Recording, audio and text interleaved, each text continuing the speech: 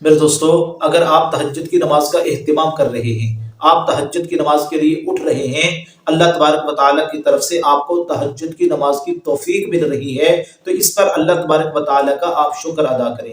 یقیناً یہ بہت بڑی سعادت مندی کی بات ہے۔ اللہ کے نبی علیہ السلام کی حدیث کا مفہوم ہے، فرض نمازوں کے بعد سب سے زیادہ ثواب والی جو نماز ہے وہ نماز تہجد ہے۔ تو نماز تہجد کے کچھ آداب ہیں، اگر آپ ان آداب کا خیال کرتے ہوئے تہجد کی نماز پڑھیں گے، اللہ تبارک و تعالیٰ آپ کی نماز میں مزید برکات آپ کو عطا فرمائیں گے۔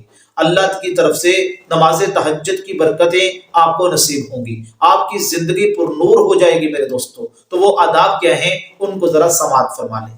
پہلا ادب یہ ہے کہ آپ جب عشاء کی نماز پڑھنے کے بعد اپنے بستر پہ لیٹنے لگیں تو پہلے آپ وضو کر لیں، وضو کر کے سوئیں میرے دوستو۔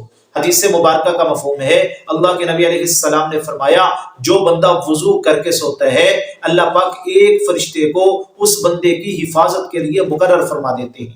وہ ساری رات اس کی حفاظت کرتا ہے، صرف اس کی حفاظت نہیں کرتا، اس کی فیملی کی بھی حفاظت کرتا ہے، اس کے اہل و عیال کی بھی وہ حفاظت کرتا ہے۔ اور دوسرا ادب یہ ہے نماز تہجد کا کہ آپ نیت کر کے سوئیں میرے دوستو۔ رات کو سونے سے پہلے نیت کریں، میرے مالک میں رات کے آخری حصے میں اٹھوں گا، میں تیری عبادت کروں گا، میں تیرے سامنے کھڑا ہوں گا، اور میں اس کے بعد اپنے لیے اے میرے مالک تیرے سامنے ہاتھ اٹھا کے دعائیں مانگوں گا۔ تو آپ یہ نیت کریں، اے اللہ میں تہجد کے وقت قرآن کی تلاوت بھی کروں گا، جتنی نیتیں ہو سکیں عبادات کی نماز تہجد میں، کہ میں قرآن کی تلاوت کروں گا، استغفار کروں گا، ذکر کروں گا، یہ ساری نیتیں کر کے آپ سوئیں۔ اور اس کا فائدہ کیا ہوگا، اگر آپ کو رات کو جاگ نہ آئی، آپ تہجد کے لیے نہ اٹھ سکے، پھر بھی آپ کو نماز تہجد کا اللہ تبارک و تعالیٰ ثواب عطا فرما دیں گے۔ تو کتنی بڑی بات ہے میرے دوستو۔ تو نیت کر کے سویا کریں نماز تہجد کی۔ اور تیسرا ادب نماز تہجد کا یہ ہے کہ آپ ذکر کر کے سوئیں، اللہ کا ذکر کریں، تیسرے کلمے کی ایک تسبیح پڑھیں، درود پاک کی پڑھیں، اور استغفار پڑھ کے یہ 3 تسبیحات کر کے سوئیں۔ اور میں تو آپ کو یہ بتلاتا ہوں، یہ 3 تسبیحات آپ صبح بھی پڑھیں، شام کو بھی پڑھیں۔ ہم نے اپنے استادوں سے سنا ہے، جو بندہ ان تسبیحات کی پابندی کر لیتا ہے، اللہ پاک اس کو اس وقت تک موت نہیں دیتے جب تک اس کو اپنا ولی نہ بنا لے۔ تو اللہ کا ذکر کر کے سوئیں۔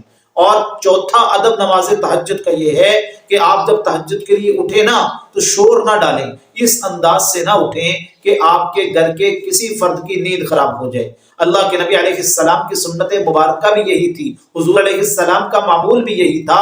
اما عائشہ صدیقہ رضی اللہ تعالیٰ عنہ فرماتی ہیں، اللہ کے نبی علیہ السلام تہجد کے لیے اس طرح اٹھتے تھے، دبے پاؤں کے ساتھ چلتے تھے، یعنی اتنے آہستہ طریقے سے اٹھتے تھے تاکہ کسی کی نیند میں خلل نہ آئے۔ تو آپ بھی اس انداز سے اٹھیں میرے دوستو، تاکہ کسی کی نیند خراب نہ ہو، کیونکہ یہ آپ کا اور اللہ کا معاملہ ہے۔ کسی کو دکھانے کی ضرورت نہیں ہے کہ میں تہجد کے لیے اٹھ رہا ہوں، نہیں، آپ نے صرف اپنے رب کو دکھانا ہے، اپنے رب کی رضا کے لیے آپ نے تہجد کی نماز کے لیے اٹھنا ہے۔ تو آپ اس انداز سے اٹھیں کہ آپ کے گھر کے کسی فرد کی نیند خراب نہ ہو میرے دوستو۔ تو اگر آپ ان آداب کا لحاظ کرتے ہوئے نماز تہجد کا اہتمام کریں گے تو اس نماز تہجد کی جتنی بھی برکات ہیں وہ اللہ تبارک و تعالیٰ آپ کو ضرور نصیب فرمائیں گے انشاءاللہ تعالیٰ۔ اللہ ان باتوں پر عمل کرنے کی توفیق عطا فرمائے۔